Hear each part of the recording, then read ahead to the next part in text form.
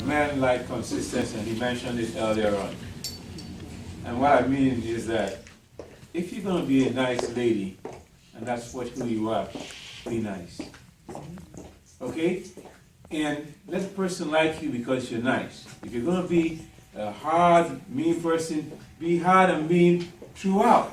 You don't start off being a hard lady, just like what he was talking about. You start off being a hard lady, oh, I take care of everything, and then all of a sudden, oh, you can't do anything on your own. And then, oh, where have you been? Where did you go? You know, can't help it. You see, I think that's really, man, like, is this what I got when I wake up in the morning?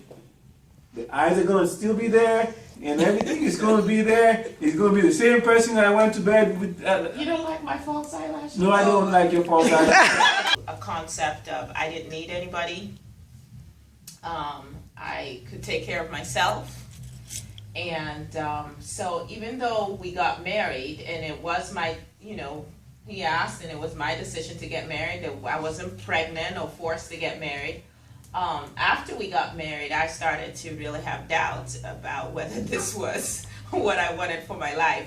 And it would be really little things like, I've worked all day, I come home and he says, what's for dinner? Like I care. But I had a real chip on my shoulder, primarily because as a child I had been sexually abused, and I was just, in my mind I had decided that I was never going to ever put myself in a position where I was that vulnerable, where someone had that much power, control over me.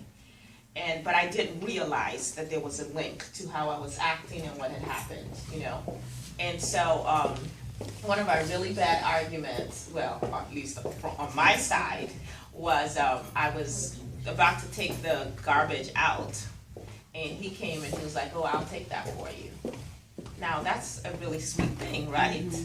I went off. I needed to make sure that the person was strong enough, because relationships, marriage, even though you involve your family, is truly between the husband and wife. And there will be forces trying to separate, divide, and all that. But if the person is not strong enough and allows external influence to make her go against you, then that would be an issue. So I needed somebody who I knew was strong enough to stand for herself and stand for her husband and stand for her marriage, and everything else outside was going to be secondary and important for me. So whatever her dad was getting ready to say or said, she immediately stopped it and said, hey, you might want to stay out of this one. That's correct. We had to cut them off. We had to cut them off because they weren't respecting the fact that I have a family, and you have to ask all of us. You just can't ask me. And that's what was happening. And at first I was allowing it, and because I didn't see it. I'm not ready. Believe them. The first Because they're not. And like I said. But what if he doesn't know that he's not ready? Like he goes on and go ahead and like you said, like you did, you thought you were ready, and you find out, well, I can't handle some of this. I was ready to date. Okay. But I wasn't ready to go completely to the other side, which Okay. is a full blown out committed, relationship where you put your stuff in my house, I put your stuff in my. Okay. I wasn't ready for that. It sounds like he has a lot of patience, but he also actually doesn't mind doing whatever it is that needs to be done in the family, and that makes a difference because people can have patience just to tolerate the noise, but do they want to be there? Do they? Black women, because they have to do everything in some cases and be the person, be the man, be the this, be the. They take that on, and then as soon as they get a guy, they're ready to dump it right on them. And in our society, black men are not stepping up for that. We don't want to do all of that. And so I think the expectations of being with another person, because you haven't gotten to the point where you like yourself. Because if you, like you just said, if you like yourself and I say, no, I'm not interested, okay, moving on. But some black women, or women in general, not all, but some, take that on as a personal attack at them and their character, and not able to rebound from that.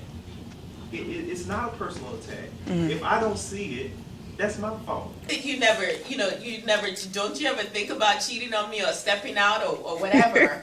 And I asked you were looking like, why would you ask that question? I was asking it because I was having a conversation with someone else, and she was like, you don't ever worry about what your husband is doing? And I'm like, not really. I mean, in my marriage, I believe in playing defense and offense. And that means I need to take care of what I need to take care of at home. And I am visible where he is as well. So if you work with him or whatever, you know he has a wife. And if you hang around me long enough, you know you don't want to mess with me. I tell them what to do. I tell them you need to deal with what you can tolerate. I'm not going to tell you to do it or not do it. But think about what you are able to endure. Can you endure it the way it is? And then you make your decision from there. Keys, from my perspective, keys to having a strong relationship.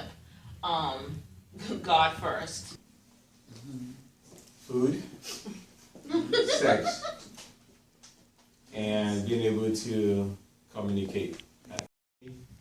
So this is my story. I tell, I don't go to the kitchen. I don't want to learn how to cook like she does because I'm like OCD. If I start to do something, I don't stop until I'm perfect at it. But because I don't go to the kitchen and she cooks, it doesn't matter how bad the food is, it tastes great. Okay, so I'm dependent on my wife for cooking. Okay? I like to depend on her for some other things too, So what you But for the most part, he knows I give him the best of what I have to give at that time. And so, How do you know when he's feeling neglected? How do you know that? it's all over his face. Oh. I can tell with his body language, I can just, it's like even with your kids, you can just tell when they're feeling like, do you even notice that I'm here? Are you starting to take me for granted? I used to say something like, the man might be the head, but the woman is the neck, and where the neck turns you is where you go. So a lot of times, you argue over stuff that don't make sense when you know you got the power to make that head turn wherever you want the head to go. And so all you got to do is use your power, and usually the marriage will be great. And men, I think, are very simple. I think I'm simple. He's nodding. I think I'm simple. That's it. That's into a relationship with these expectations, you have put those expectations so high I cannot even reach it. I can't even be that guy you made up in your head. So a lot of us going into adulthood already come with hurts and wounds and baggage and all of that. And by Hollywood standards, we assume that we're going to get into a relationship and this person is just going to make it all better. No human being is Jesus. And if you go in with that kind of expectation, even if that person was a great person, they could get so overburdened by your need to be healed by them, which they could never do anyway, that it actually drives that person away, in addition to the fact that you don't get the healing that you need. Oh, it's going to be peaches and cream.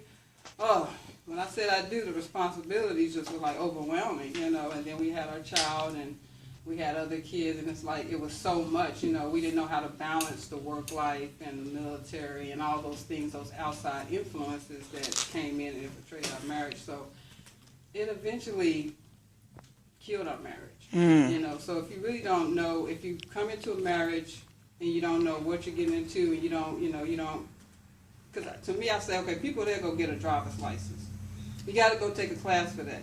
But people won't go take a class when they get married, and they wonder why the divorce rate is so high. If you genuinely have things in common, if you genuinely respect this person, admire this person, for me, even when we hit those road bumps, I could still remember and focus on the essence of who he is. I may not like what he's done or how he couldn't read my mind in this situation and act accordingly.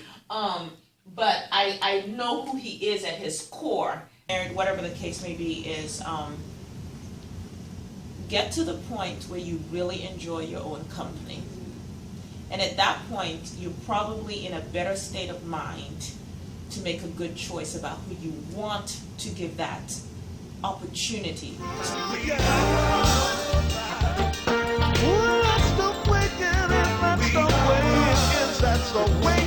it's alright.